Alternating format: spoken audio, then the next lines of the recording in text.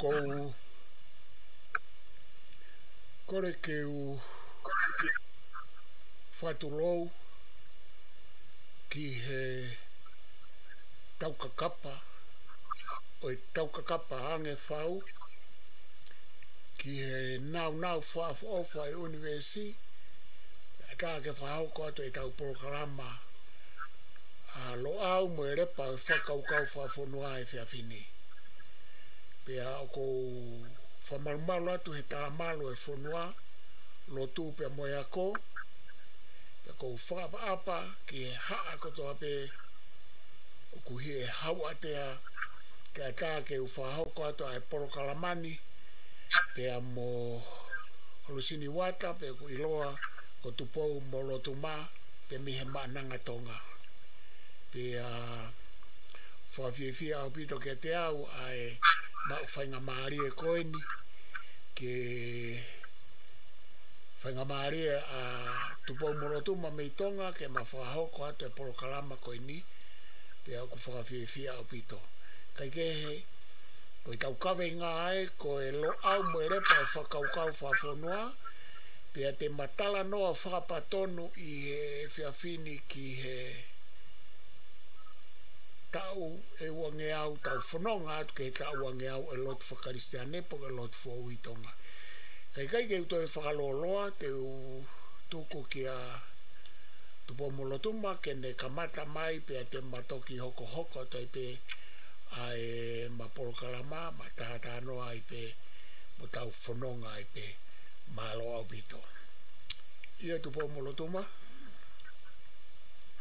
Malo pito e profesa Dr. Susiwa Wapani malo mo si whai ngai patungia mi he konuan ya whawhetai mau pe mo tuani i he mao e tai wā i he teknolosia e ko e ngai ta au ko ia o e ilo mea e ha tangata o tau mahata i o malawa i ke tau tātalanga ngā maheni e ngai whakaukau ko ia o e tau whiha aki e tala noa i pe koe ha e ngā kaweinga o e whonua hae nai e whonua hae nai ki tau tolu mo e whonua hae anga ho tau huanga mai ki he whonua hae rewa e whaunga te tahu kia i ha pongpongi pia me he whetaia ki e whetaki nima o ngā hitari o e whehuko ia o hae rewa ki taua ki ta whakahauko e a honi o te rau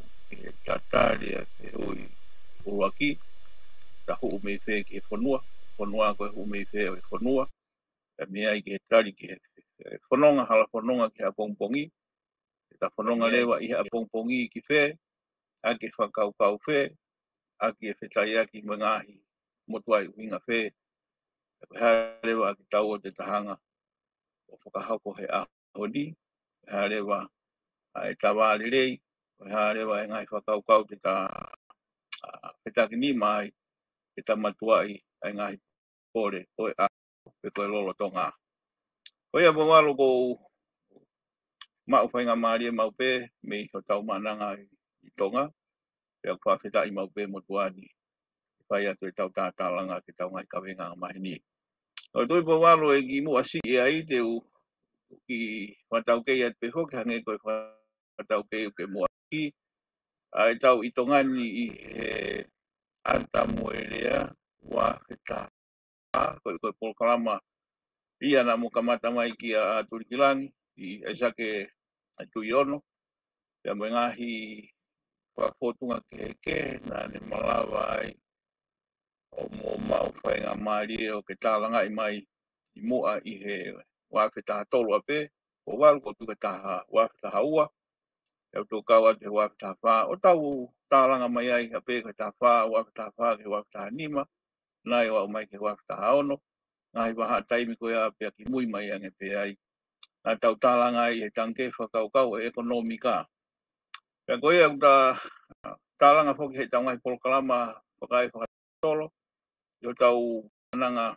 university o lo au pe ko ia tana ki mai kia e uhinga o ko hanga ngā e ki he patongia whakai whekumi o uhinga ai ako hange ko whakakawenga ngā maheni e po walu ta mau tai wala iai whawhainga maari o e mea ngāwe teknolosia o ta lawa i o tālanga i ai uhinga o ta hanga o haao mai ngahi whanua walahi tanga maheni o ta ui ngahi whanua tupua ngahi whanua kano whanua ange walahi ange ta moe ngahi kakai o kunau muaki mai e matawai o tau whakarea koe civilise pe koe uunu ai matuatua ange o e whakalakalaka o ne au sia ai wheha aki ai iwi whakahe uhinga ha mai sino materie mo sino tai ha mai pe koe sino whakalau maari ai uta ui koe haa o tua e anga e whakahingoa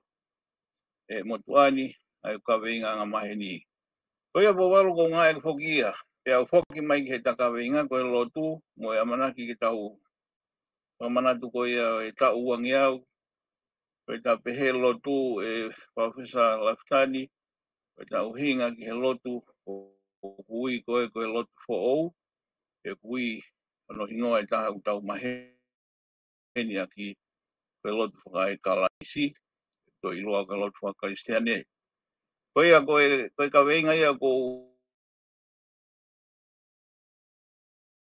na tau kamata tālanga ko kiai e ko tui e hai atu kiai po walu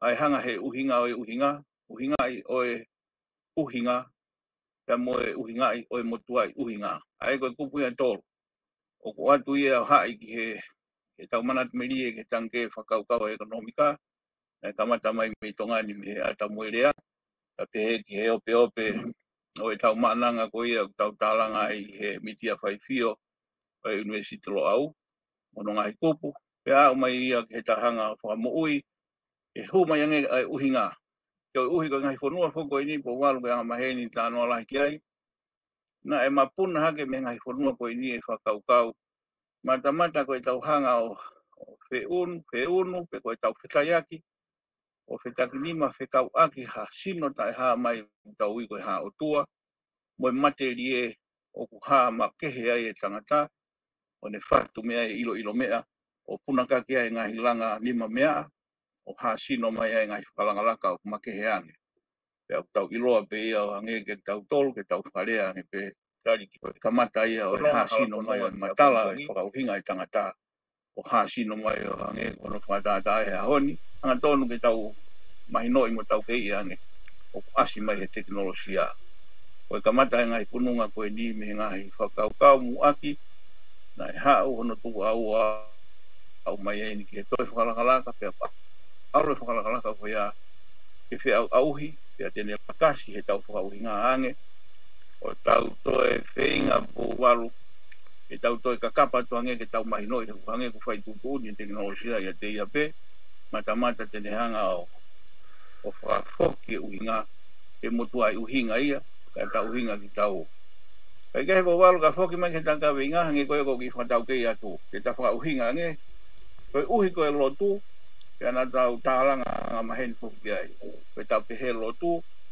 koe uhi koe lotu whakaristiane ka koe uhi po walu tau ngā ang foki he uhinga ke ne haao ange pe koe hānai e motua i uhinga o e lotu koe tawhi e lotu mei whe ngahi ka weinga ngā maheni o e whihui kai lawa tari ke matala ange o tā maari ange ke tau siofi a pongpongi he osi a senturi wa whatata pe ta hai ange o e lotu pe te ta fōa i ki whiia koe a po walu koe ta pehe whoki lotu o ku hama mai pe ai mue ako koe ta pehe pe ako o ku hama mai ai mue whaunga whakapolitikare pe koe ta pehe pe hama o e whaunga whakapolitikare o koe hama mai ai mue ngai kaweinga kehe o ku tauanga maheni moi kai koe ai kai lava mawai e po walu ne mo te tau whakahingoa pe koe lotu ia te ia pe koe taimi ku tau toi hanga ai o wakai lo loto ange ai lotu o ku na whetaki nima me ngai kaweinga ke koe a po walu te watu pe ki whatata pau ki whoki atu koe ta pehe koe lotu pa tau pehe whoki nea tau tumua koe uhi ke tau whoki mai whakasino pe koe haho tau pole mata te tau toe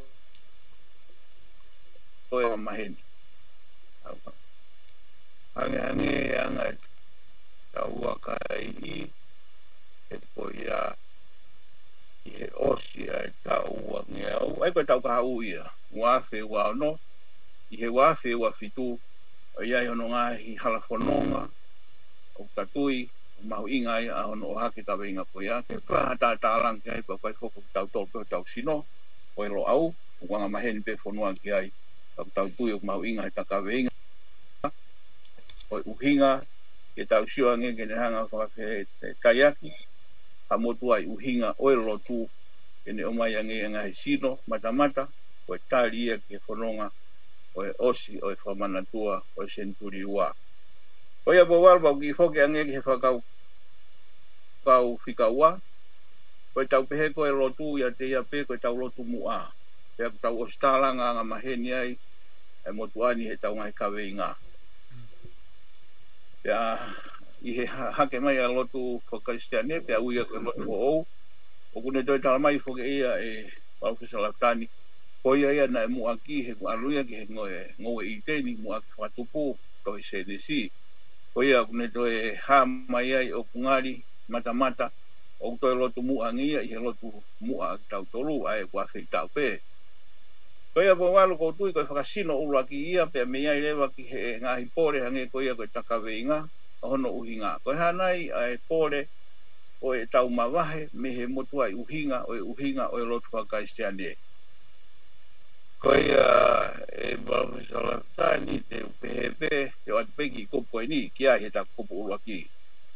Koe uhi koe lotu whakaisiane kuanga maheni mo e whonua. Te anga maheni mo kakai tau pehe e Paukesa Lautani. Koe kaukarisiani whoki mamani o kahinga te au gofi he ua koe ne waru piliona. Aia o kuia i e toko taha koe ne waru piliona ai koe koe lotu katolika. Ka koe toe ngā koe lotu protestani ono ngai whotunga ke. Aia o tui e kawe inga ki pe fo i whakaukau ia te ia e ta au e aho e hama mo ngahi siwalaise kehe. Ia i he ni whakawhotunga hanga tonu i loto o hama mai ai e ni ha mai i he lotu whakaistiane ai whanua hau kehe ua. Ai koe kau kariki pia mo kau loma. Ia i he tahanga whoki o haao mai ki mua he tanga he kolokalama. Nai pau pe ke iai pe aho te tatoi whapatonu mai i loto i ho tau haa whakaloto whanua. Osi e taha awa haa moana, pia toi haa awa koki a haa tangata me ngai whanua hau koe ni. Pia kou tui po walu koe ne haa koe i loto, pia ta wheu i rewa, ko hai e ka kai i loma, ko hai e ka ulatina na nau whasino ake rea me loma, pia pehe ki he kau kariki na nau whakarewerewa a ngai whanua koe ni i mua angi he kau loma. Pia koe whawhotunga koe ai po walu ko haa mai ai tangatonu he tawa he tapo kalama. Uhinga ai uhinga whaka e loma mo e whanua hau koe ni i he lotu whakakaisiane o tawhia me he kau siu pia mo e kau he pelu o whakawhotunga mai ia i he whanua koe ni o hake hange koe au tawanga mahene whanua ki ai i he kau Pitania pia o mai he kau Pitania ai lotu pitongani koe a po walu i he whotunga koe ia o kuhare wai e ngai whaingata ia neongo na ia e ngai tāpui kina na tau anu koto ai ka koe uhi ku hau e aho pia koe hano ngai pole o tui po walu te whakakawe o e whehu i rewa ka pau te tawakai e ngo whanua hau koe ni pia mo e ngai whanua e kimua e ngai ngo whanua koe ni kau ta ngai koe whoke ngo whanua koe ni a kau kariki ka tau te whitu ke kau roma koe hanai ai tala whatongia na e muaki o e motua i uhinga na ai tafe me he lotu whakahe peru e po waru, tara tanoa lahi whoki ahe la ngai polokalamana e hao me he kau Papilone, o tafe mai mea he kau Fenisia, o tafe mea he kau Ispite, o tafe mea he kau Kariki, pia me Kariki ki Loma, pia me Loma ki Pitania, pia me Pitania ki Tonga i Moana, pia koia pene tau kai po waru koutui kou ki whakatau kei ato hengepe, au ngai tala o tua. Pia koe uhi po waru nai o mai o peha ta tala o tua, te hanga i tau whangkui mo tau hatu i o tari ia. Pea koe taimi lahi po wau tau whamorek ta i wā lahi ke tau hanga wakai i koe haa e tau lotu mua. Koe uhi ke tatari a ke whehui i koe takawe i ngā e tau fōna I he senturi tolu aki ai whakauhinga ke motua I uhinga o e lotu whakaisiane me lotu whahepe lu. Siane aki ai anga kwa whonua, o tui koe pore koe ia, koe pore whaingata a ia. E tau o si hasino pehe a honi, ai pore koe ia.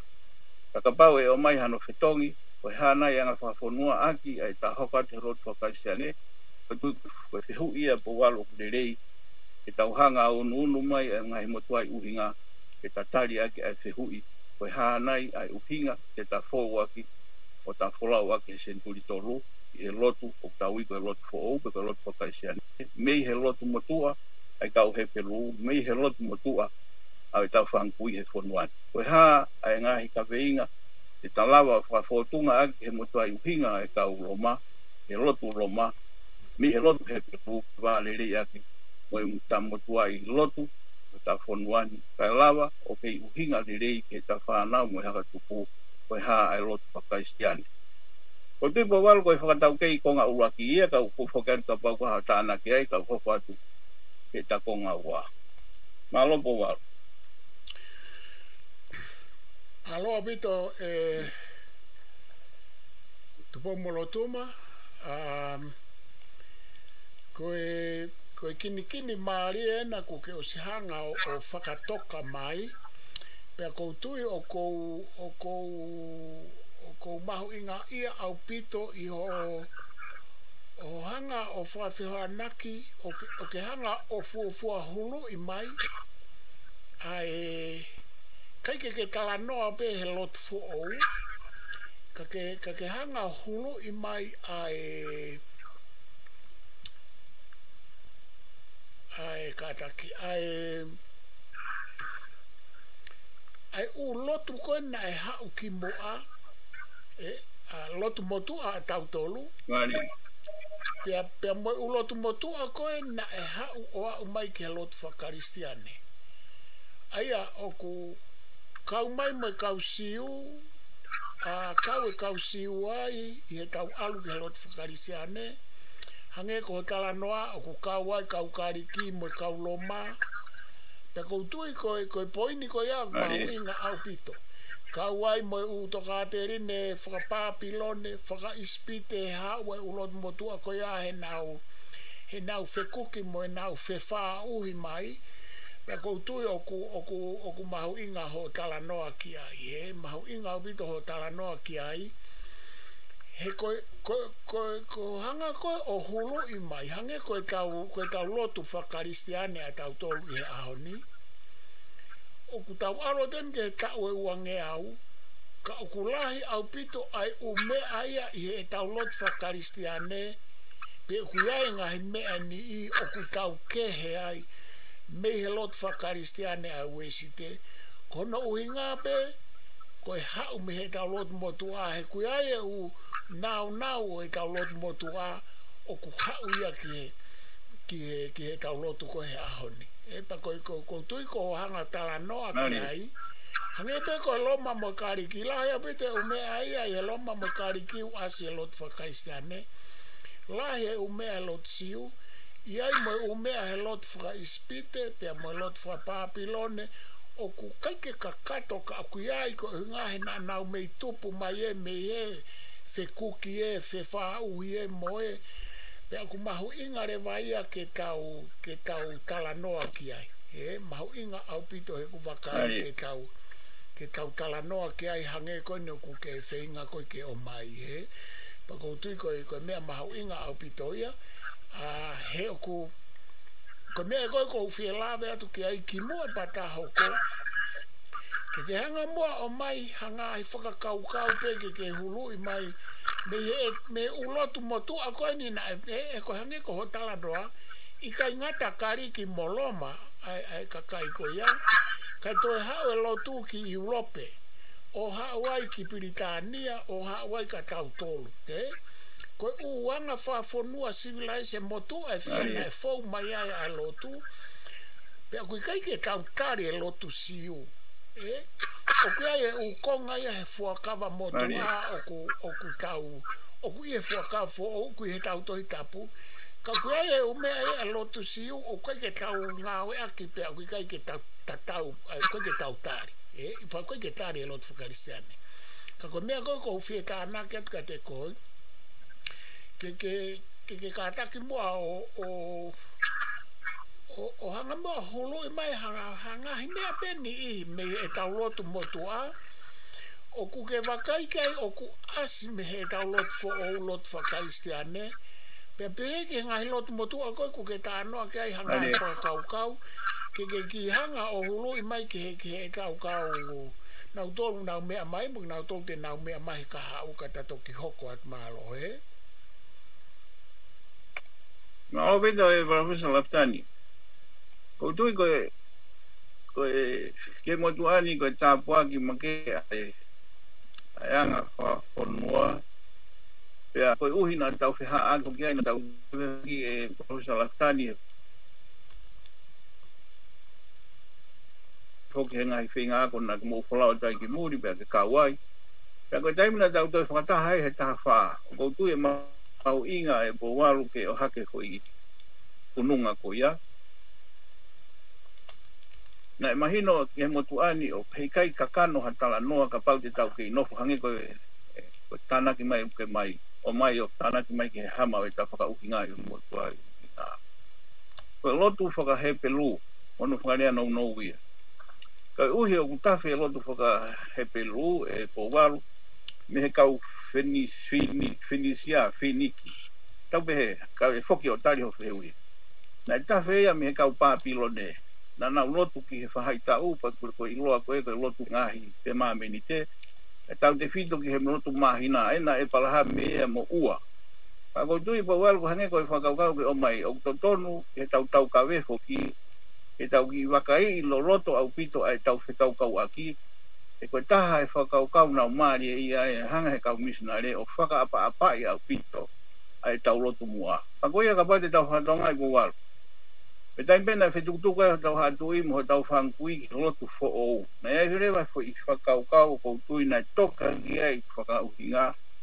Te au hanga rewa o whakahama hanga tonu ia e ne tari ha motu ai uhinga atu e tau hinga e aho ni. Ai mo uita e ngata po walu. Pe koe taimi koe na uhanga e o whakasino ke whetaiaki ai mo uita e ngata. O kuhaa haka mai ai kafe me he kau pāpirone.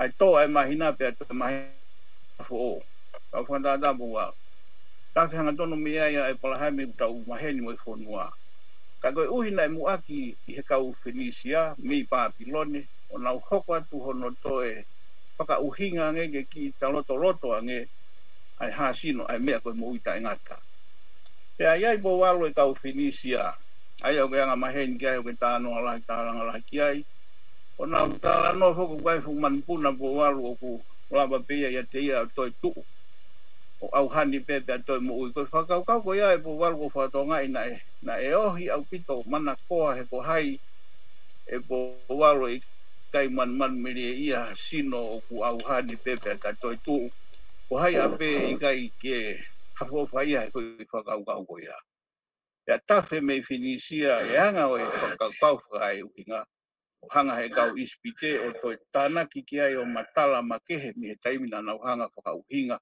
O malawa ha whelo me he pilamita o ha sino whakamaterie. I he mauita e ngata pe, whoke po walu ke whakaukau ka ke tari ako whiui. Whakaukau rewa e mauita ngatana e tawhe mo tua au pito o maanu mai ki he ngawhanua e ua. Kau ki whoki si I po walu ke taimi koe ia o e kau kariki. Whakarewa whoke a Alexanita koe lahi tānoanga maheni ia. Ka koutu te ki hanga o tana ke atu ki ai ka weinga o ke hanga o mai mo ro au ki mua e tau kau atu ki ai whakau whaka filosofia e koe tau matala e ata mai ai tau hinga ke ni hanga whakamatala o matala ange alau maari e pe koe sino tai haa mai. Koe ko walo ko maari e hanga he kau filosofa o teu I Alexanita. Nga tau po walo ke tānoa lai ko ki ai e Aristotelo ape o hoko ai ha tui ko tui o kai ko tui tu fa holo pe I hono mafai mi hono toto kai tau walo matala kai ata mai Koe taimia po waru tau mahino na whakatoka mai miai ai whakaukau lotu whakaistia de. Mo tua au pito nemo na hasino mai he ngofunua koe di. E na hanga tufunga mai ko maanu mai ki ahoni. E hako mai lewa ke pureanga loma po waru na mei whekau aki te hoki. E kuke maheni angi ai he ngofunua koe ni. Ka koe uhi, ne hoko aku he kau loma osi e toine wea e kau Kureanga isineri he ngai whanua maheni tau tānoa ki ai pa ngā maheni mo he whanuani.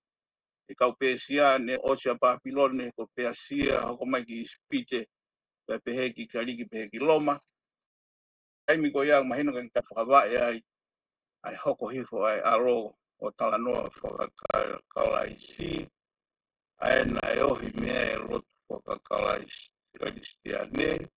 Hu mai he ngopureanga koe ni kake. Mahi mo e whanua. Ya maheni mo ha whakatotoro. O ohi Europe o tau te whito ki he kau Pitania. Ka nea mo nea ngā eho whaingataa ka nei maanu hake mi he lotu tau te whito ki tu la mosa e ne mawahe koe a lotu katolika o ia he Inglani. Pe ha mai ki tongani e lotu la mosa he ka whito hiwa whito. A pe waru ko tui pe a toki hasino mai lotu metotisi aini utau teu whakamana tua. Ka koutui e Professor Laftani koe ka venga koe o mai ko whehui. Koe mea nai ki tō ai mo tuani pa koutu o pahu inga makehe. He koe ka venga e tau rotu mua. Koe whanua nai mo ui ai alau maari e o tupupa ko pulotu. Ka pau te utari e po waru e fui whakaukau ko ia. Koe uhinga e pehe i he senturi toru. O to tonu ke tau roto toa a roto lahi whiunga a. O whakafoki koe hae uhinga e hanga he kau misina reo whakasino hata whanuani o makehe. O kai ke tau hinga po waru makehe tongani. Kana tau ata ina. Ya tau pore ai ka koutui o to tonu. Ke tau toi wakai. Koe hanga e kutari ko waru. Koe mo uita e ngata. Koe kawe inga mo tua a tau tonu he lotu mua. Koe uhinga ia e Professor Laftani o koutoi ki unu atu maupehe ta kawe inga. Koe hae uhinga e asi e lotu mua. I he ta lotu mua. Ai kawe inga makehe ko ia koe mo uita e ngata koutui. Nai whenga kau misionarea o ka moritoni na tau whatano ala ki ai. E nau whakahingoa ki tau tolu. Ki mai me hako semi. Pea ku hape ia po waru wanga maheni kai hako hato tolo he rotu. Ka ko whatongai nai momohe o se a moritoni pe a more. Ka koe anga e tau wakawahi koe uhi o kui loto anga whakafonua he fui kawe inga koe mo ui ka e ngata. Neongo koe whanua na tau whakahingoa ko pulotu. Ya o lotu whakasine una ka inga wāre rei au pito he fui mo ui ka e ngata neongo o kui ko he wani. Pea tau ngai o tua mo tua po waru ka tau tali e lotu whakalaisi. I he hiri koe fui whanonga he tau e uangi au. O hingai e pehe Professor Laftani o kuia tore o asi. Hi ku tawhe ngahi whanua na nau o mai hangau te whito peki Pitania. Nga ngahi whanua o e Weste. O nau hanga o whakaunga he ahoni e motua i uhinga, mehe motua i uhinga o ha mai ka ki tau tolu. O mata o koe whipakpak. Ka kou tui po waru koe ke toe anga maheni mo tolo he ahoni pa mo maheni mulina. Ai kamata ke whipakpak ai ngahi ai teolosia. O ngahi pununga tawhe whakauhinga koe ni. Uhinga ia taha po waru e ki pehe sai tau ki tū. O oa te tau puputu ka tau ki whoki ka he anga whakafonua koe uhi. Nai talamai he kau whahakalo tū pia tari ho tau hatu i ke tau tō e ngahi o tua mua. Ka tau o mai o tua rotu whakaistea. Pia hoko toi pe tau pulo tū po waru. Wahange utat manat merie tau pe whainga maharia tau whangkui. Tan na uma upe ai mo uita ta koe ni rotu fo ou. Pia mo uita e ngata koe tau rotu mua henia e na hawe inga pehe. Kai ke po waru kou tui maa ko o whio te tari ho whehui. Tau ki whoke taha tāna ka mo ta kawe inga ka tau koko atu. E ta konga tolu. Malo ba wisan.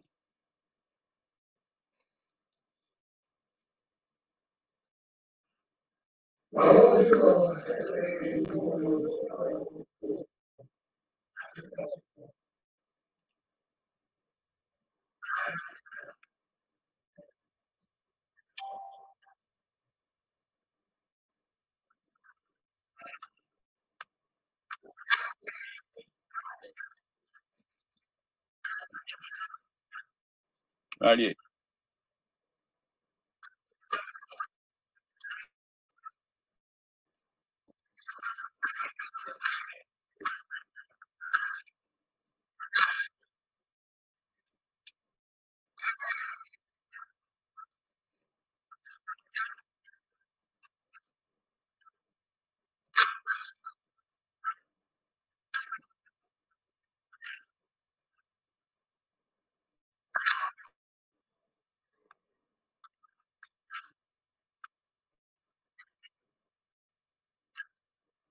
Kataki.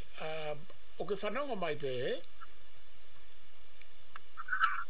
Iyo, sai ve mo wal. Kataki, iyo, mahalo na ne ke kataki pe na ki ofu e mai ka, ko na miure e mai ka. Kai ko mea koko umahu inga ia ai, ko to tānake tu pe ai whakaukau tānoa ane nai. Ko hanga o mai ai whekau aki koe ai ulo tu e ne hau, o a mai ke lot fo ulo te whakaiste ane, o whatatau ki e whehuke na ko hanga o tuku. Pea na ke toi o mea whakaukau mahu inga ki he mo ui ta ngata. I he lau maari e, na ke o mai mo whakaukau e lau maari e, i he mo ui ta ngata, na ke toi tala noa ai ki he whakaukau ake a ngai lotu koe ni, ke tala noa ai ki he whakaukau o pulotu, ko tui koe mea maho inga e taha o tala noa o hanga o mai ai whakaukau koe o pulotu. Pea o koutui mahalo o ko nai ai mea taha o lahi e ngahi mea ia ko whielawe ki ai o whakaukau koe aka ki o sihanga e koe ia o tānaki mai ai o whakaukau o tānoa ane nai. Ko mea koe ko whielawe atu ki ai nai o tala noa ane nai. Ko o pehe, ko e tau alu koe ni ki senturi tolu e lotu. O kia e ngahi mea mahu inga ke tau sio ki ai mo whahatau tokanga ki ai. Pea kou whakaamu i he poini ko ia ke whai moa hao toi ki i tānaki mai mono toi hulu mai whakaukau ko ia. He kou whatonga i pena ke hawai ho tā noa o ke tau pe ki ai ka kou whaamu ke te hanga mua o toi ki i hulu i mai mo whakai ki mai e tupo moro tuma mahalo, Ngā pita po walu. Koe, o tui o kui a te ia hoki e po walu e tahanga wakai i mai koe uhi o kumahu inga e whakaukau mea koe hanga maheni o tau kawenga i anga whakafonua. Ke na whetaiaki ange pea morotu, ke haa mai ange a i pe koe haa rewa a e ta whatongia ta hanga o tarimana aki ke te hoko atu he whui kawenga a tāpua ki koe ia. Aia kono whangarea a pehe koe o tānaki mai hoko. Ka pau e aha mo i tae ngata. O kumaheni ka tau tolu ia ngahi pōre koe ia. Pea koe ta pehe hoki kore e pōwaru ka pea pe mono malohinga. Ka pehe ki he ta wakai koe ngahi whanua civilise. Na iai a e mo i tae ngata e kau ispite. Ia iai e mo i ngata e kau he pelu. Mahina ka tau tolu e kau Fenisia. Ia lewa ai ngahi mo i ngata e ngahi civilise ke he neango i he whorunga ke he pito au pito po waru o kuikai ke wawa tau ia mo e whakaukau koe ni nai tafe mai mi isia. Pea toi haa tau ispite neango ki na tula ke he e po waru hange tānatu pe o mai. E ma kehe tau ispite kau inga mo tuani o kuwawa tatau wangi ai whakaukau mo tawanga whakonua. He nai malawa mo e materie o kuikai koe tari pe patalakutani ke tau toko pekia ai materie pe a ki whanonga alau marie. Na e to haa mo i fo i whakaukau koe a i e tau tō. Koe ne hama koe mo i ka wenga koe po waro. O kou tui kau ia he whakau na e maari e ia e kau misinare. O nau whailonga hoi whe hui koe ia e po wala tau taranga ai pe ke fenga fonuani ke tali neongo ospe tau ta foki pe kono ngai un ka koutu ko senturi tolu po wala ka pau he kai ke tau tali foi fehulia o fe ai fonua pe ko fonua o wa afianga mo yanga fo fonua ko imagino ro tfa ka sene po wala ai kele si pa tau fehui na tuko fonuani ki ilangi ka tau tapuaki ai ka tau kresi ka ke toange po wal o alo aho ko kuanga whakakikihi taini kawenga motu ai o tagi fonuan pea ko tui ko politiki mo ngahi Kataki tu po molo tu wenga ma ke whakaako pea mo ngahi kawei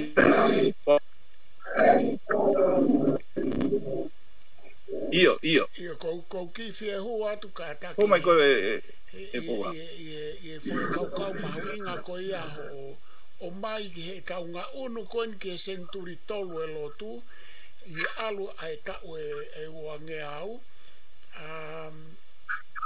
ko hotano ko ke hanga whafonua au no mahu inga he tau alu koin mo e alu ai lotu ki he tau alu ke senturi tolu hanga mua to e tala noa i mai ange ai fo i mahu inga ko ia e koutui o ku mahu inga ia ki he kau whanongo i ahoni pia mo e kaha uke ke to e hanga mua o to e tala noa i mai ange fo i poini ko ia i ho uhinga malo kataki pe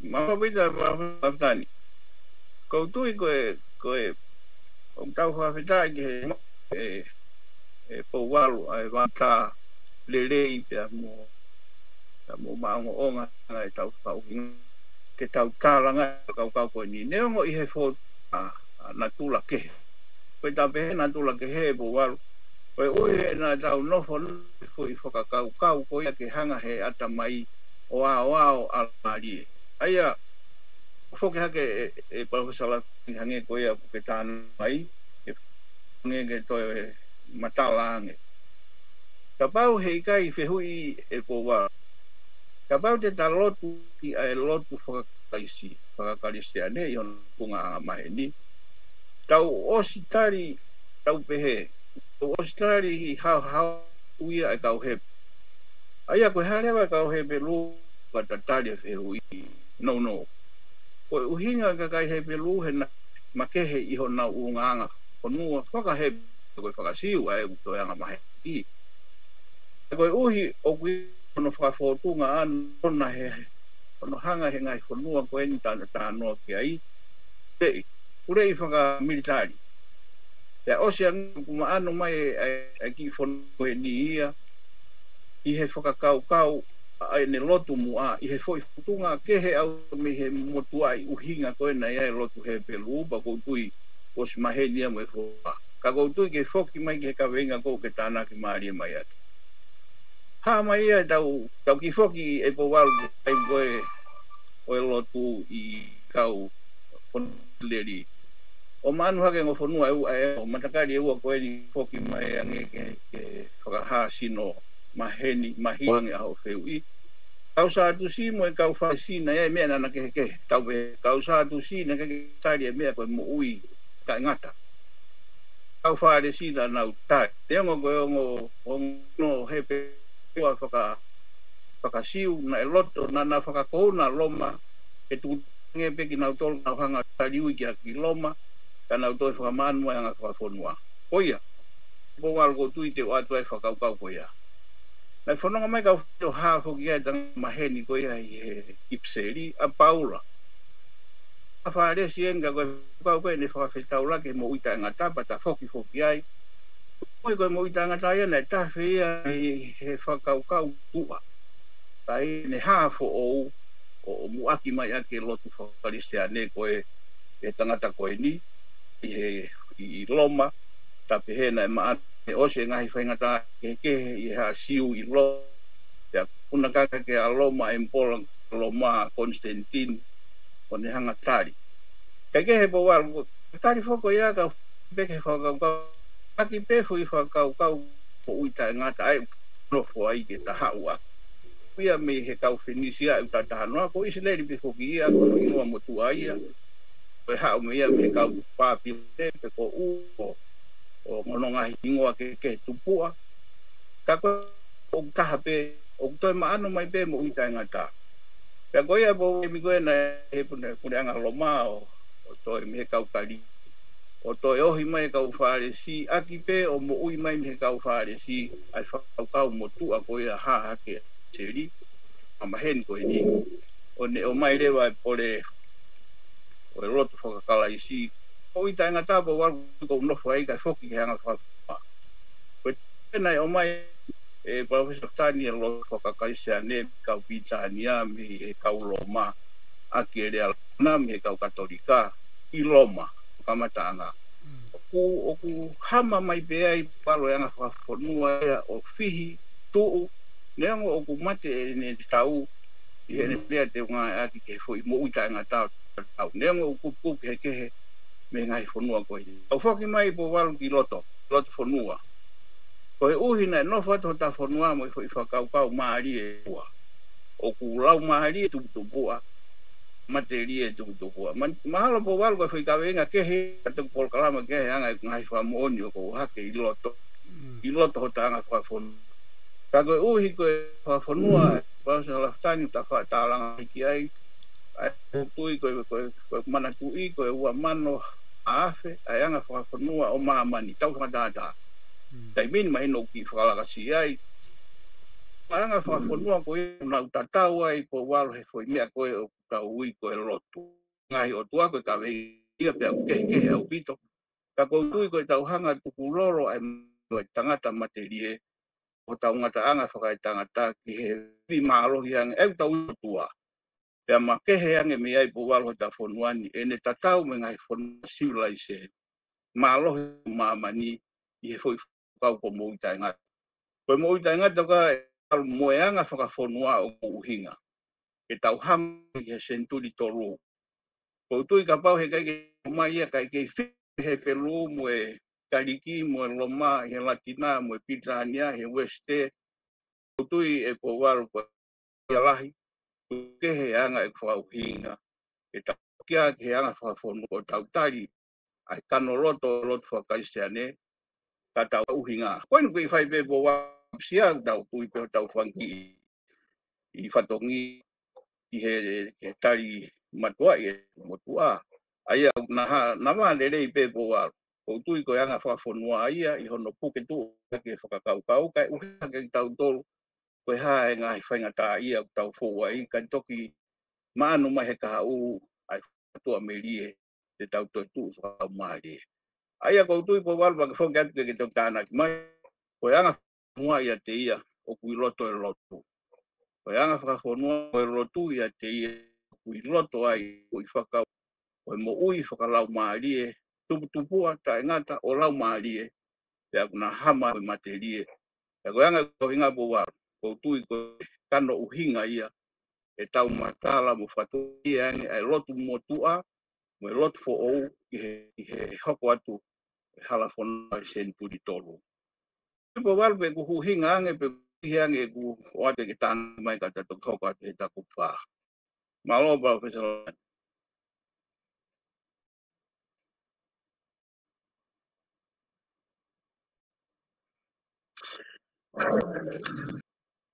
Mahino apito tu po molotuma pa koutu mahino apito ho whainga koin ke whamatala i mai ai whakakaukau o e anga whakawhonua.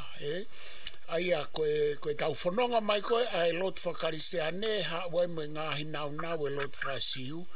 Na e ha uai i o whamatala mo ngāhi anga whakawhonua o ngāhi lotu na e whou mai ai. Ta ko mare e apito ho tala noa ki e tau ngā unu koeni e tau alu ke senturi tolu. Ko si hoko ko e tau wange au e lo tupe ko e tau alu en ki ai. Aia koe tau kaha upo walu, ua ano. Ko ia. Aia ko ui ngā whako ho tala noa ke tau whakahu mai ai fo i mahu inga ko ia ke kai ke tau ke inofo he anga whakawhonua o e tau pehepe o e lot whakasiu mo ne hao me mo a hao hange ko ho tala noa Pea mo lot whakariki, mo lot whakaloma, sai abito peki nau tolu. Ka ko uhinga foki ke malohi mai, a e tau whakamari, a ngāhi nau, o ku whai tatau mo whelahanga ai, a e tau wanga whafonua, hane ko ta noa, ki whakaukau e pulotu, mo e whakaukau o mo uita e ngata, o lau maari, e whakaukau e lau maari e, mea tau tolu ki he lotu whakaristiane, Maria au pito. Aia ko wakai foko, winga foko ho tala noa he kuke pehe te kai ke tau fuu nga unu ke foi whakaukau ko ia.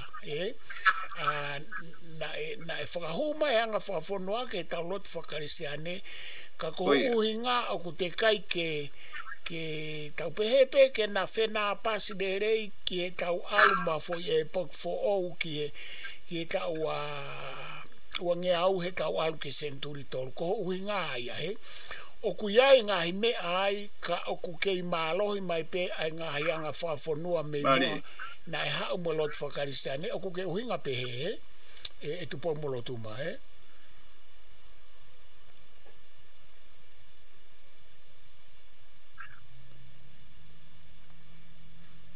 o ke mai o pe ku uhinga iyo hoko atu koe koia Wako tui bawal te atu he whakafotunga koe ni. Toe mahinga maari hange koe o ke tāna ki mai. Ia, koe bawal. Koe uhi e whasalaftani na e foi tufunga o kou tui na tau kehe ai me ha toe whonua. Teu pehepe I moana mo mamani. E kutui na e hanga he ka lotu e siriana. O whakaabaabai au pito e anga whakafonua. Pati o atu e whakatako e ni e powaru kau tui o ke anga maheni aku. Koe tau ataina ko whakauhi ngā koa. Ngai aki pē fui whakau ko e ni. Nā nau whatoka ngai o kuha ai fo I uaki I kanoto e ngai whanua civilise I pangani. Ai mo ui. Koia e powaru o kou tui e peheni. Am toi whenga ke whakarea whakapotunga ame. Ka pau ke tanga au whanau I pe I maamani pe a ngata ai. Whakaukau whakalolo mai uaru. Kai orewa ku tatoi tānaki mai ta mo ui tuptupua. Koi whotunga whe e barastani koi whoi whehu I tala noa keheia. Ka o kuiai e ta whakatomerie o hoko atu ho ta mawhai whakamaterie ke he mawhai toi maalunga mo makeheanga. Ia taimi koe e Professor Laftani koe uhi koe ki foi whakasino na tahanga whei whafotunga nenai. Nai hao e lotu whakapelu o mo ui mahe lotu whakaistea kua hono whakarea ta habu. O kehe au bito hono ngahi whakarea whihi tuu kai maano mai te foi whakau ko ia. Me tohi ki ai anga maheni mo e whonuani e Professor lotu whakakau. Ko hono nau maongo o ngā o taha pehe tau whakauhi ngā koe muita e ngata. Ka koe uhi koe whakaukau motua kia e ne hu mehe ngā hianga whakafonua e koe wala koe kuhi ngā koe ke tānaki mai. Ko haeka ki taua, kehe au pito e ngai he motua I uhinga koe pia koe nau pe whukia o I pure I he ngahi whonua ke e ni ko Fenisia me Isleri. O hanga he ngahi whonua ko ni o purihi pia nau hanga o kau atu ai ngahi kehe kai maanu pefo I mo uita e ngata me lotu he pelu o ha sino mai ko he lotu whakaristiane sino mai lomo hange tanoa ke e po wal po ke anga maheni ke mo onua ka ko kau foki ke hanga hama tu ko ke tau fononga ke senturi to me ki fara ni bo wa ko uhi mana tau mana tu ina hake mai lotu la mo sa he ta fitu Ko foi me fukia o kai ke fala he tala ke ai so go senturi ua ai la mo sa ia ena ia Italia ale mutua ko I sia I kolmutua po walo kai foi fitu uai o kai ke la vai atari ui mamani weste ka ko uhi ko anga maheni pe anga fonua hau o pau pe ke talanga he kavenga a ho hai o malo hi pe ko ia tene anga pau singa ko kavenga talanoa ka koe uhi nai tuku mai polo tamata o tau ha tu I tari he tau whankui pia o mai lewe whi tau ataina koe taimia e po walo ko pehe ai na e o mai ia ke tau tari na o tua e loto whakasia ne mei hotu he pelu ka tau whakakau atu ki ai e tau iui e foi mawhana ke resi ko ia aki a whafonua.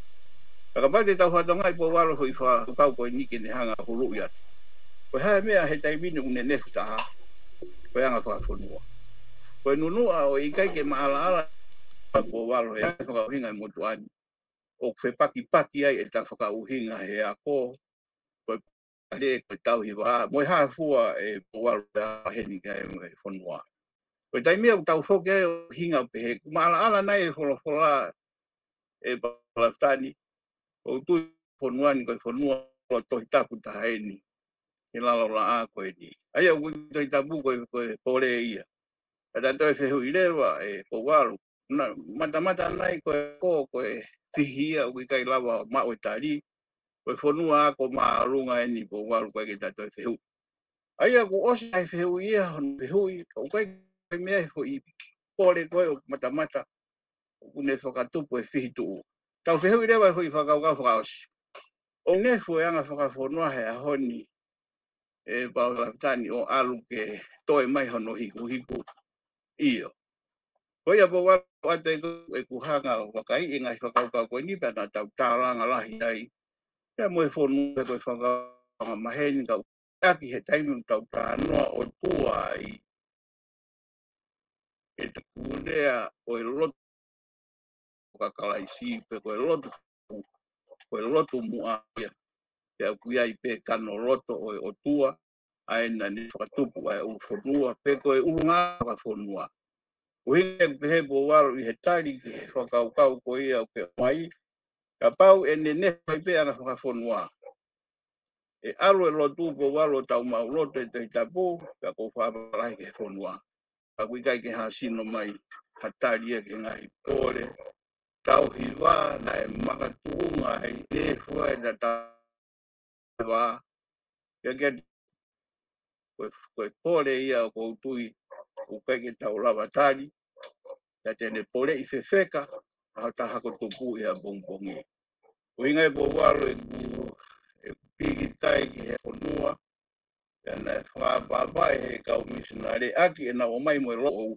kana ona hanga o aki ai lotu hanga whakafonua ke tau taina o manua ho tau hatui manua e faunga wa aki o e lot fo o ia bo walu ko tui ko whakasino atu aki e whakafonua ko tari ia i he ku whainga e mutuani ka kwai ke upehe ko tari hao ai ia kakapau e hala e whauhinga e po walu ke anga whakafonua e tau to e kafo pe kai ko uhinga ko anga whakafonua ako pau e pau salafkani ke tonu e tafa uhinga ko ha anga whakafonua o e aho me uhinga ke moto uhinga o anga whakafonua ani he tau e tahafe me he toi uhinga e moto i he tau e lauafe ko taia po walu ko tui e talawa o pe pare kina a maki i ngahi pole o e apongpongi e pehe ke tanau o ia ko tui ko tali ate whakaukau pe ko ofi atuai ka ko ki foke ata tāna mai.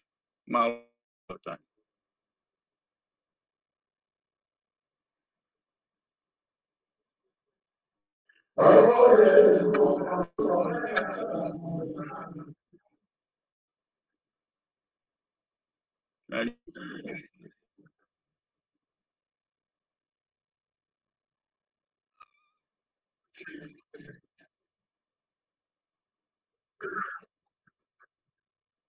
O sai bem whanonga atu. Iyo, sai bem whanonga atu.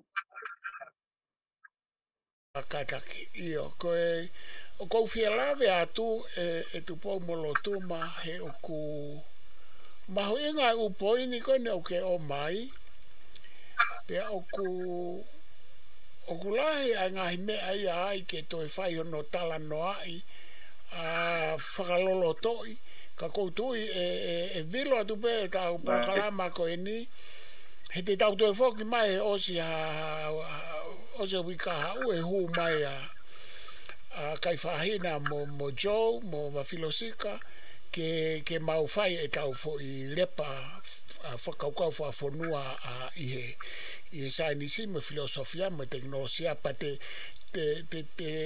moto e foki mai mo re hapoto, a ka como foki mai e wike hoko mai ko tau whakaloloto u whakaukau ko e ni e kulahi e umea mahuinga o pito ka kou whialawe atu pe te utuko atu pe ngai whakaukau ke wakai mai ki ai i e hao i e whanonga ke o tānoa ko e o ku pehe foki hang na ke tānoa ki ai ani na pehe foki he weisiri ana te fito ke lotu ko ia na nauhanga whakamari ai anga whakafonua pea moe lot whakaristiane i e nehu mai pea ku tau wakai ai ki tala koe o Moritoni mo siasi o ku asi mai o mea ka koe ai whakaukau ko i hano whakamari ka koe ai mea maari e mi ho tala noa o ko wakai ki ai o ku ke hanga o mai e ngahi te fito i tui loloto o ku te kai ke tau whakamari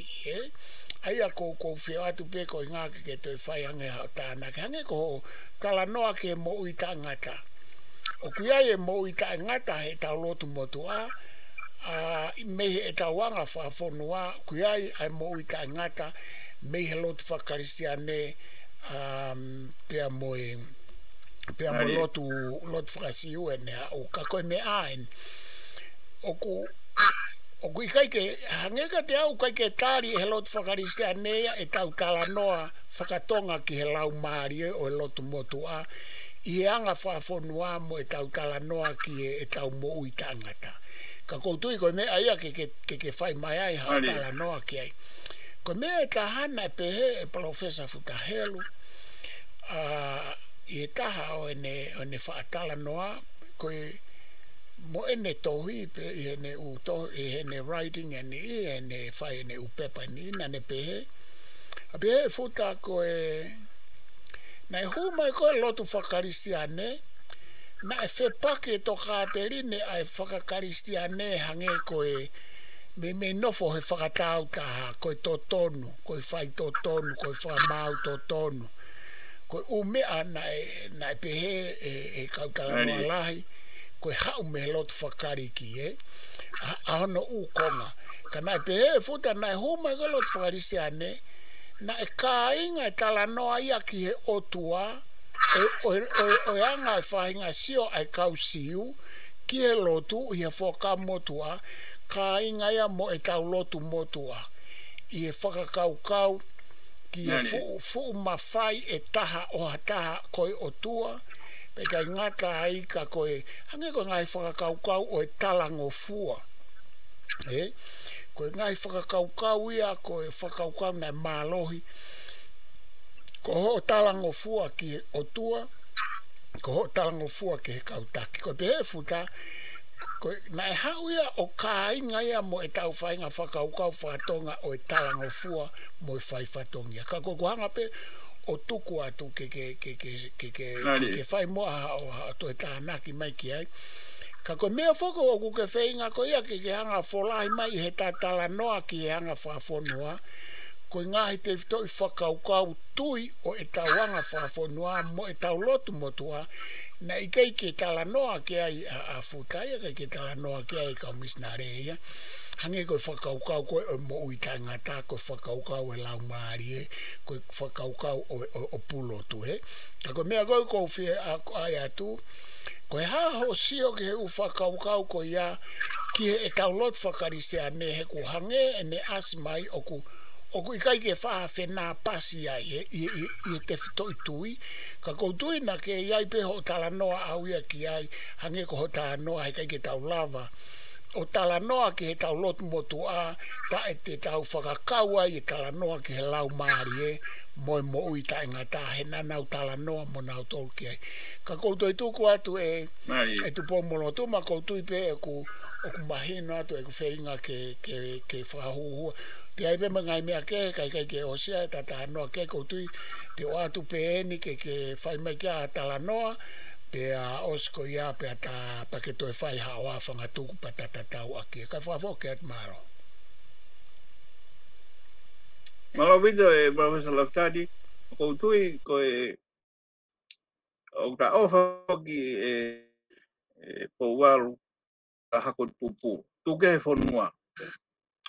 Ko i winga fokia hono rei ke tauhanga o ange pe tali. Ka wade ate maki whatata ko ni e po walu pau ki foki o hao mai haki uhinga ike ne tala ange me motua uhinga. Ka pate ta whihui ko ha uhinga hange ko i whatanoa a Professor Putahelu. Ko mo tau kau tanga ko maango onga na nau whatunga mai ai anga whafonua aki ke uhinga lere yange ai fo i whakaukau lotu whakakaristea. Ka pate ta whatonga i whakau ko di. O ta whihui o kutari he haa he pelu he ahoni be kuiloa ke kau isleri. Ai hasiu.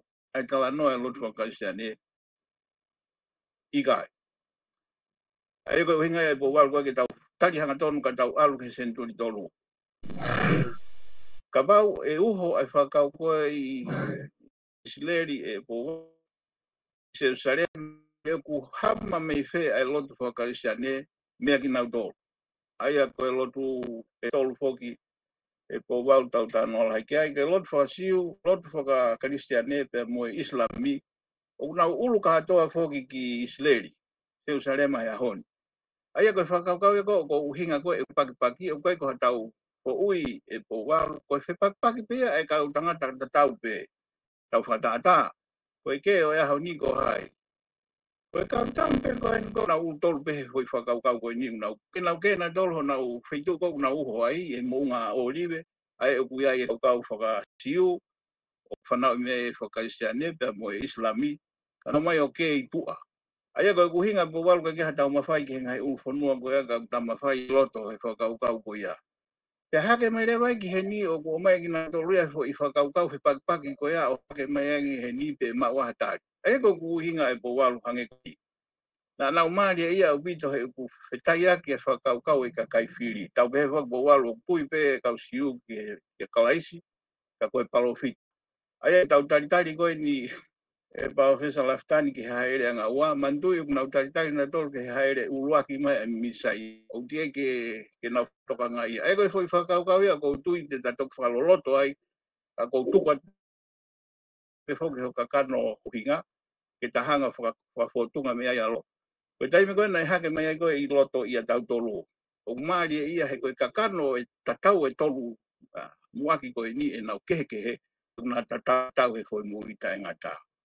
Ai ko o mai lewa e po walo nau pehe lewa he kau misare. Sai, ta fitu hiwa fitu te ki foksi ki ai. Mandui po walo tige ke waa le la sa ia me lotu e siria nahe na kai ke waa le nawa e ingilai. E ne kai waa le ingilania me hono mai e he ni walo lotu ingilani ko e uhi ke waa le lotu katolia mo e lotu muaki aloma. Nea ngona e toki ului ke ai e aloma ia. Ka koe uhi koe ke uhinga unau ke ka whepakipaki he uhinga. Ka koe uhi po walu hake mai a mo whepakipaki ko ia. O ta iloto e mawhana he keresi, ka uhinga i mea o e keresi a ko ia efu hake ahui e taha. O koe hano uhinga ano o koe ke talawa ana la sio e Professor Laftani ka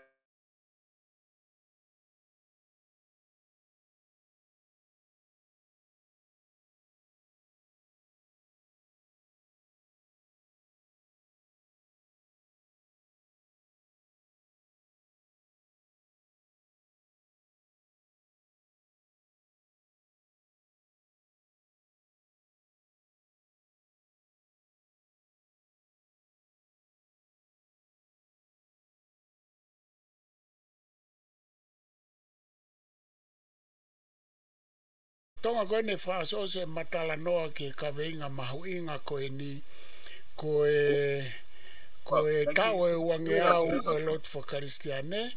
Io ko i kuwalu enu to e whok mai te utuku anke ai hoko atu i kuwalu ka ataki. Io. Pea koe ia e po walu ko tui ko e whakaukau hokia o mahu inga aki he hanga he kau muaki o mai e lotu o whakaapa ia upito. Ai anga whakafonua. Pati watu ki whatata ko ia e po walu ka te toku whaloloto ai. E lotu la mo sana e whoki tangata ai ko ve soni. E ko vea si he whakauhinga e tui i wharefisi ha te iho. O kei ni whakaukau pe talanoa kei e talanoa koe a Son Martini ko tangata hokia family ofi o Vesoni. O ne talanoa ke he foi mo ui ta ngata. Pea to ai o hoko ai pea Vesoni ko e usia ki ohi a muri ke ha mea takalaua. Ka koe tupu ia me he tohi a John Martin o ne pehena pehe Vesoni. Ke tau o mai e mo ui ta ngata ke he fonua koe ni pea tau tuhu ki langi. Koe na u fotunga e na mo ui tupu a ko langi. Koe ia po walko whakaukau e taha pa ko wafe mai ke lor whakasiani ke tau ai. Vale. O tikai ke e po walko e tau whatonga. O tikai ke wale rei e la mo saa koe uhi. O kai ke uhinga kuna waa tamaki. Ka furahi whakauhinga ke lotu e po walu o koutui. E puputu e ta whanau mo hako tupu. O mau inga ke tau whoki ho kano uho. Koe uhi ko nau whaita tau he foi mo uita ngata. Koe uhinga ia mahu inga e lotu po walu. Ha mawhai maurunga ange. O mata o kuia ha mea pehe. Koe ne hoko mo I kai ko tānoa ke he pau Salatani. Kaka pau he kai kia tau amanak pehe. Te tau whehu I rewa. Koe haa koe uhinga e tā makalo holo he mo ui koe ni. Koe ia koe whakaukau ia po walu koe uhi ke tāranga wale nei e ngahi lotu mua. Whakauhinga mi he lotu mua ki la mosa. Me lotu metotisi he whotunga e Wesiliana. Koe uhi koe ohi ia e whanautama e katolika. Koe uhi koe whanautama ia e lotu whasiu. Koe uhi koe ngahi whepakipaki koe e po walu ke maanu hake a fo I whakatua mirie. E malu aki ka atoa e kakano koe a I he anga whakafonua. E tau hirewa e lotu whakaisiane e pau Salatani anga whakauhinga motuani. He kua tari he tau whankui mo tau hatui. E kai ngata hei tau tari hono ngahi kano uhinga. Ka te tau whafotunga aki ke uhinga lireiga ki tau tolu ai anga whakafonua. Ka pau he kai ke tau hui po walu. Ka pau he kai ke tau mama mea ka tau anga whakasiu. Te tau lava I kai. Te tau anga whakawesi te I kai. I kai ke tau lava po walu. Kai o lewa peu tau whakatongia aki. Ke tau whakahoko e hata anga whakafonua. Peu tatui. Neongo o kunenefu. Neongo o kai whaingo fua. Ka aku malava. Pea ngai whakauhinga po walu. Ke maanu ange pe ki fonuani ho taki fonua. Neongo ke hata mawhai. Ke hata iwi. Ka o ta fatua melie pe ta man melie ia ki fonua na kai ke na nonga pe he mo ui materie kana kakapa atu ke mo I tupu pe kai ngatai ku hake mai lot foka sene ko no kano ho ia ta tani nei ke hanga he ka missionary tuang ta ki fonua mo ta fankui ke ka hoko atu he ta po ko ia aki ta fa fotunga ta anga fa fonua ko tonga ko tui pa wal ko no kano uho ia paka Maupopo o kuia e whakaiki me ia e ngahi mea lahi e Pau Salatani ka koutui ke tāpua ke motuani ai tauro au mo muhanga whasino e ai hasino ke tau nofo hifo tau ataina me loto e po walu whakatata katatau ai koe whakaukau teolosia whukuna o igo e sistemetiki e po walu hono tu ni ko pau ke ilo ke hanga whakafonua ka ke tāno ai ta whakimai rewa ki moana whihui o wai hakau teolosia ai I gai po wa. O kai ko hinga e whainga ta ka kai fo ke tui e ai weste po wa te tamalava he filosofia. Man tui e pa Salatani ko malo hinga ia e taulo au he tau kakapa tu hinga e whakau e ngofonua hau ko ni e kau pariki mo kau Roma ke ta whaka uhinga o fiofia tu he na whaka uhinga. Ko uhi po walu ko e ne natula o e tau ilo nga whakafonua o taki fonua o hama mo ngahi lotu o ngahi fonua ko ni tau mana tui hange koe o kaya maheni ki ai. Ko pau ke tau wala o talo toloto he ngahi uhinga loloto. Whaka filosofia pia hama mo whakau whaka teolosia.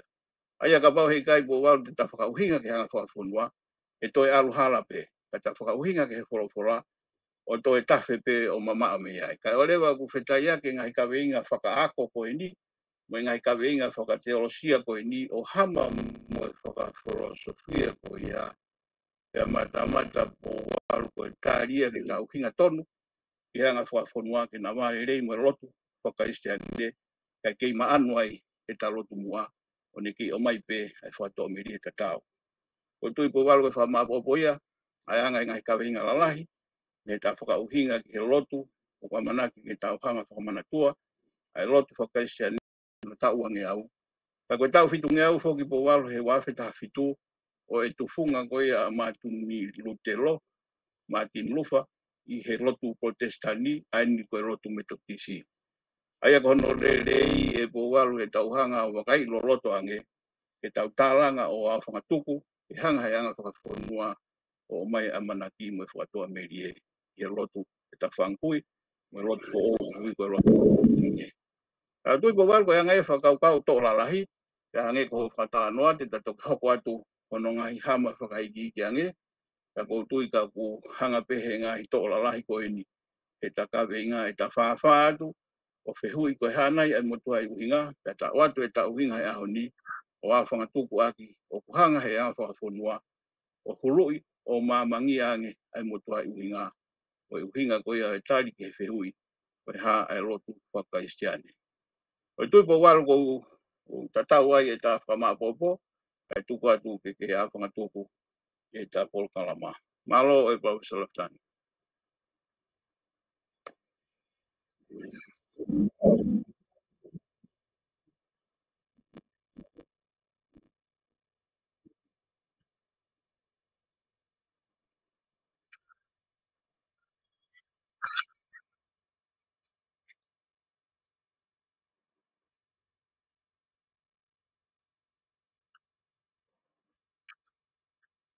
Nari. Ko whiri tui tapu, ko kātoanga, pa ko wau maho ingai, ko whilawe atu ki ai. Ai karistiane pe mo mamani, ko alwen ke uange au tupu, kau tui tapu, ko tawene uafe tupu, pe au tau whawheta i tuku lau mea, tuku lau mea mo e tō onga po maari a ono tuku au mai e fu taulahi ko e neo historia.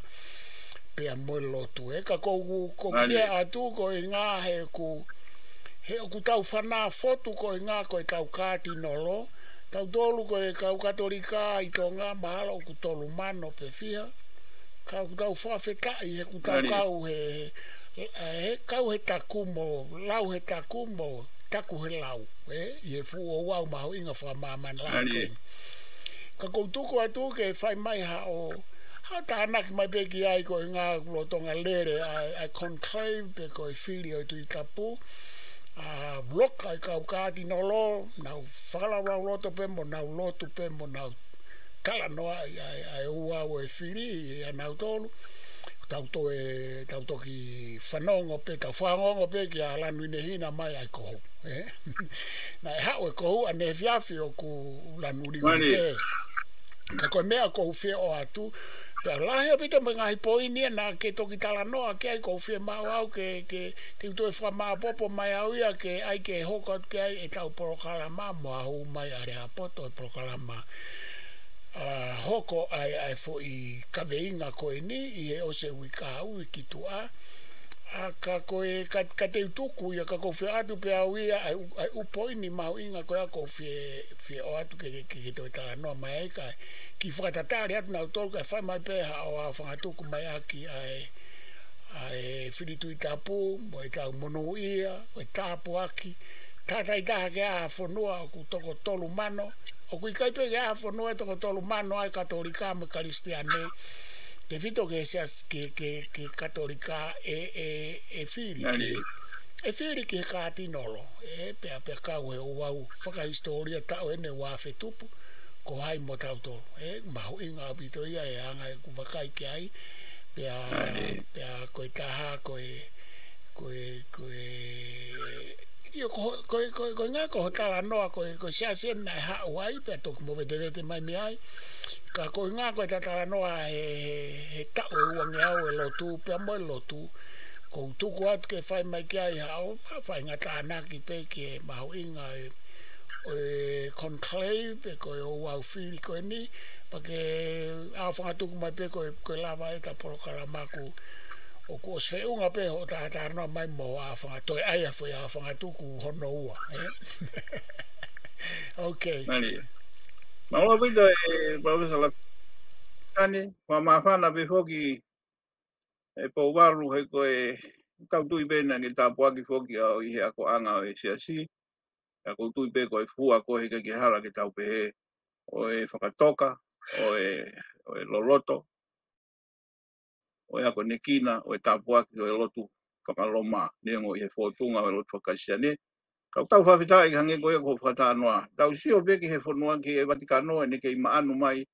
Kono no whakarea no pepo waluka nei ka Roma, o kai ka lotu whakaisiane. Ko tui koe whakau ia. Pea tau whawhita i neongo nai toi ki tu fuonga a Luftelo, ai Monique koe ni, koe pātere whoki. Ka kohono kakano uhinga, koe mutuai uhinga, koe taha, koe ngahi e kinaki, koe mango onga o lotu kau iloa i pehe ka honi, koe lotu katolika. Koe whakaukau maari ea po waru. Neongo nai whepakpaki whoki a lotu whakasiane, o toki hake mai lotu mua, a mai kau la mosa, pea hoko mai kau lotu e siriana, pea toki hoko mai ai lotu katolika, ka kohono kano uho hange koe te whakarea ke o mai. O tau lau tāpo aki. Rea ngai sinolahi ngai kau pātere, kou mau whamatala iwi au pito e po waru me ngai whamatala e katolika, kau pātere na nau heni, na nau tohi ho tau whonuani. Hange peko kau pātere isa, kau whai kau e siriana, me kau pātere katolika. Kau tau whawhita, e kei maano e maanu isa ai Vatikano, o koe ki naki mea i ai loroto, mo e tāpuaki o e na wohi ai lotu wha katolika, me he lotu wha siu kai whotunga, i he lotu wha kaisiane. Ka koutui po waru koe tāpuaki ia. Ka ko hange ka te au koutui o kumau inga, o e fua koe o e lotu, aki tau tolu katoa, e nea tau ngai kupu o tau whankui, i he siasi, pe hange koe tātā noa ne nai o kutolahi tāpe wha katolika, a pe koe whika koe taha po i ne waru piliona, me he kau karisiane e ua po i ne fitu piliona. Ka koe mea maari e whakpo waru, o whoke e ngahi sino ke he kehi maamani ki he lotu katolika, koe lahi e whakakikihi e ngahi lotu protestani, pe koe metodisi, pe koe hae ngahi whakarea o e ahoni, o koe ai whakono ngahi hama ke he kehi, hange koe lotu pentekosi, ui koe charismatic. Ka koe whanau tama peni ai motua i uhinga o katolika, mi he nau tufunga, o tau tāpoi kina ai mi he lotu whakahepelu. Koe po walo koutu inga e tau sio kau ho tau kardinali he ko tau kupu he kau aki whakalotu whare. He aku awe he kardinali, kau whoke he kardinali po walu he tangata maari he ne taimi o inga whaka teolosia ai o hama mo e filosofia. He aku mahino ke tau tolu nai teu iki ai he koe taha o e popo aki, o e whetaua, whetaia ki o e anga whawhonua mo e lotu whakaisiane o hange koe aku whatano ala ki ai. Ai rea o mai, mei ai tui tapu, pea ko hono whakarea e taha. Ko he tau lotu mua ki ia, leongo tau toki ngā whea honi, ngahi uhinga kehe, ka te tau uipe ia, koe ngahi motu ai uhinga ia, koe whakatoka mai o tāpua ki koe ni, o tau lawe hai aho ni. Ko tui pa waru ma kehe mea i te upa whakaosia ko tatatau, koe fo ianga whakawhonua lahi whoki o kui i he Vatikano. Tau tui o kuna uha tu whaki i he kau katinari ko toa pe o kau aha tau katinari. Pea ko mare ia maupehe whahanga he katinari o whakauhinga loroto ai anga whakawhonua aki ai uhinga o kuna whitai aki wale rei mo e teolosia. A koutui po waru te tatoku whakaloroto he ngahi kawenga maari e koe ni. Ka koe anga behoki e tau whawha atu, tau whakapapa e halotu, tau tui o tau sio hoki e Parasalafutani mi he uhinga o e whonua he tau tālanga i mo ngahi kawenga ke i he tau lo au. Ka siofi ange pe tau watu nai hatari ke ua ia aho tau wha o i kai kia tau mea ka tau whamanatu pe o tau tui e tau wakai loroto na hanga kau misna o toka ia anga whakafonua koia e ne whakamaanu e mone hanga o matala ange e whakatua merie o e rotu whakakarisiane me he anga whakafonua o tui po waru tatatau akia e whakamapopo nenga whakamaria pe te mai pa ko whakitai mau pe e tau iha whonua po waru na whakaapa-apai a honoanga whakafonua o maanu mai o au mai ke ahon. E ngai whonua e Parasalafutani ke maheni ai, pau tau maheni ai.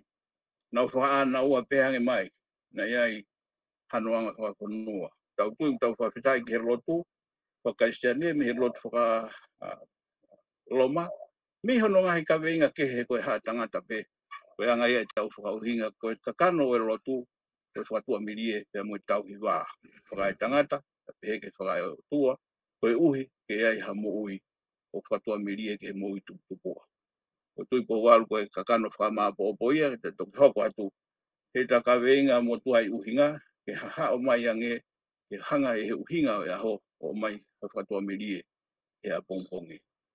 Koke atu e Salaftani.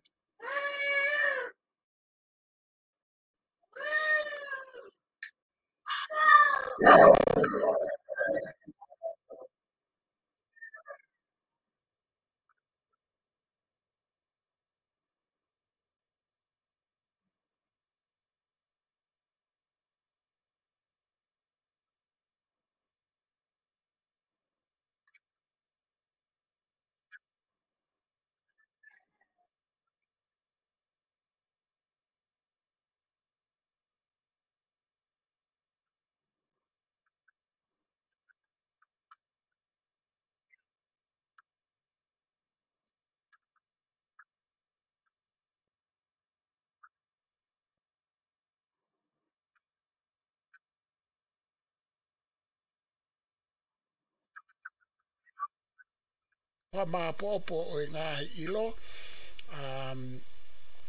whamālolahi atu ke lava le rei a e whatongia mau inga koia, pe au tau whiwhia koto ai, pe a kou whamālo atu ki e lava a e whahoko e tau porokalama koia o e repa o e whakaukau whawhonua, pe a mo en kahanga o siofi ai ka o e uange au o e lot whakarisiane i ene tuku au mai.